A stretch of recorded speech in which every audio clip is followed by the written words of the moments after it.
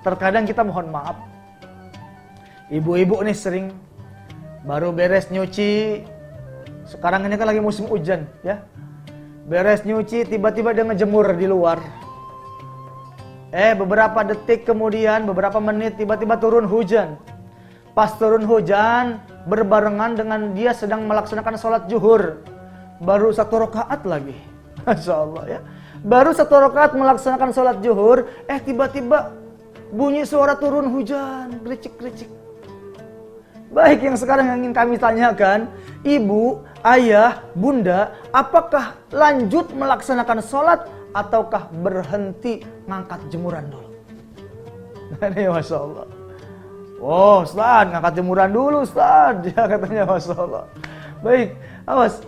Kalau kita ternyata lebih mementingkan jemuran dibandingkan dengan melanjutkan sholat, berarti Allah masih kalah besar dengan jemuran.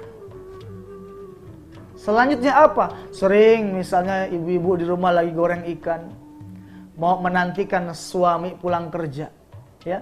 Biasa pulang kerja suami ba'da maghrib baru sampai rumah. Sebelum maghrib bunda masak di rumah, goreng ikan, masak nasi, ngulek sambal, ya, Masya Allah. Sampai akhirnya masuk waktu maghrib, bunda melaksanakan sholat. Baru 2 rakaat tiba-tiba datang dan timbul suara ngeong. Ya Allah ya Karim, saya mau tanya sekarang, kira-kira ayah melanjut atau bunda melanjutkan sholat ataukah ngerapihin ikan dulu, mindahin ikan dulu ke tempat yang aman? Ya Masya Allah, ya. Kalau ternyata kita lebih mementingkan ikan dibandingkan dengan sholat bertemu dengan Allah, berarti Allah masih kalah besar dengan ikan asin. Nauzubillahi min dzalik. Ayo, penting untuk kita semua. Yang pertama, hadirkan Allah ketika kita sedang melaksanakan sholat, ya. Baik para pemirsa, Assalamualaikum Nusantara TV One yang dimuliakan oleh Allah Subhanahu wa Ta'ala. Selanjutnya, yang kedua, untuk mencapai tingkat kekhusyuan sholat, pakailah pakaian yang bersih dan wangi, ya. Terkadang mohon maaf, kita lihat anak-anak kita, ya, bahkan ada di antara orang tuanya sendiri, terkadang kalau sholat itu asal-asalan pakaiannya.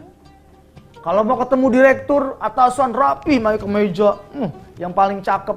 Tapi ketika mau sholat, asal-asalan pakaiannya, ya. Kadang-kadang pulang kerja belum mandi, sholat, ya, masih bau 7 rupa. Nih Masya Allah, ya. Ayo, pilih pakaian yang paling rapi. Bukan masalah barunya, bukan. Tapi pilih pakaian yang paling indah dan usahakan tidak bermotif, ya. Kadang-kadang ada anak kita sholat di masjid, kita di belakang, di depan, ada yang sholat di hadapan kita, sholat pakai baju bola, tulisannya Cristiano Ronaldo. Ini Masya Allah akan mengganggu kekhusyuan jamaah yang lain. Otomatis jamaah yang ada di belakang kita, sholatnya akan baca tulisan yang ada di baju kita, Cristiano Ronaldo. Berarti Allah masih kalah besar dengan pemain bola, ya. Ayo, pilih pakaian-pakaian kita yang indah, yang wangi. Ayo usahakan pakai minyak wangi. Kita terkadang kalau mau kondangan ibu-ibu heboh luar biasa, bapak mau kondangan wangi luar biasa, tapi Masya Allah ketika mau sholat, mau ketemu Allah, masa kita dalam keadaan bau, bercucuran keringat, ya, nggak etis atuh. Ayo kita perbaiki cara sholat kita dengan cara memilih pakaian-pakaian yang baik, yang indah, ya. Kalau ibu-ibu pakai mukena yang rapi, menjulur ke bawah, usahakan yang berwarna putih, ya, tanpa bermotif, ya. Yang bapak-bapak jangan lupa pakai kopiahnya, ya, pakai baju kokoknya ataupun gamisnya yang rapi, ya, yang wangi. Kenapa? Karena kita mau bertemu Allah Subhanahu wa Ta'ala, ya. Kenapa? Orang yang sholat itu adalah, jadi jarak terdekat antara Allah dengan seorang hamba adalah ketika sedang sholat. Lihat dahsyatnya sholat. Ketika kita sedang sujud, yang kita berbicara di bumi, tapi suara kita terdengar di langit, ya. Ketika kita ruku, ya, kita selalu membaca Subhana rabbiyal azimi wa bihamdi, ya.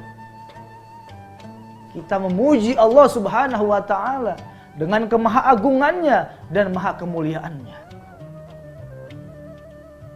Saudara kaum muslimin wa jumratus sholihin, para pemirsa yang dimuliakan oleh Allah Subhanahu wa taala, inilah pentingnya kita memilah-milih pakaian yang mana yang sesuai dengan syariat dan pakaian-pakaian yang mana yang tidak sesuai dengan tuntunan syariat. Terkadang kita sering melihat ada sahabat-sahabat kita kalau sholat pakai kaos ketat ya, yang laki nih, ya. Ketika dia ruku ini bagian belakangnya kelihatan. Sampai mohon maaf ini bokongnya kelihatan. Ya. Awas, berarti telah terbuka auratnya.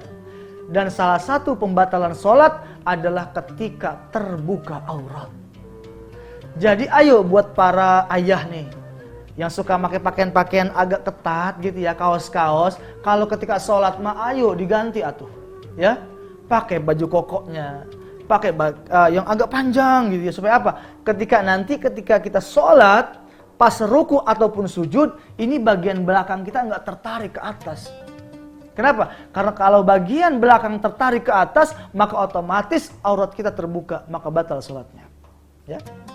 Baik para pemirsa yang dimuliakan oleh Allah Subhanahu wa taala, selanjutnya poin yang ketiga untuk khusyuk dalam melaksanakan sholat adalah berusaha paham ataupun tahu dan mengerti terhadap surah yang kita baca. Ataupun kalau kita sholat berjamaah, misalnya imam ada seorang imam baca surah Al-Fatihah. Dia mulai dengan baca Al-Fatihah. Bismillahirrahmanirrahim. Maka untuk sampai kepada kekhusyuan sholat, si makmum ini harus tahu artinya. Tapi ingat jangan diucapkan ya, cukup disebut di dalam hati.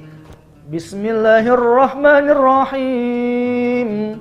Hati kita berbicara dengan menyebut nama Allah yang maha pemurah lagi maha penyayang. Tapi ingat pemirsa, garis bawahi, jangan disebut oleh lisan, tapi ucap di dalam hati kita. Kalau diucap di lisan, batal sholatnya. Kenapa? Karena itu bukan bagian daripada kalimat-kalimat yang dibaca ketika sholat. Ya.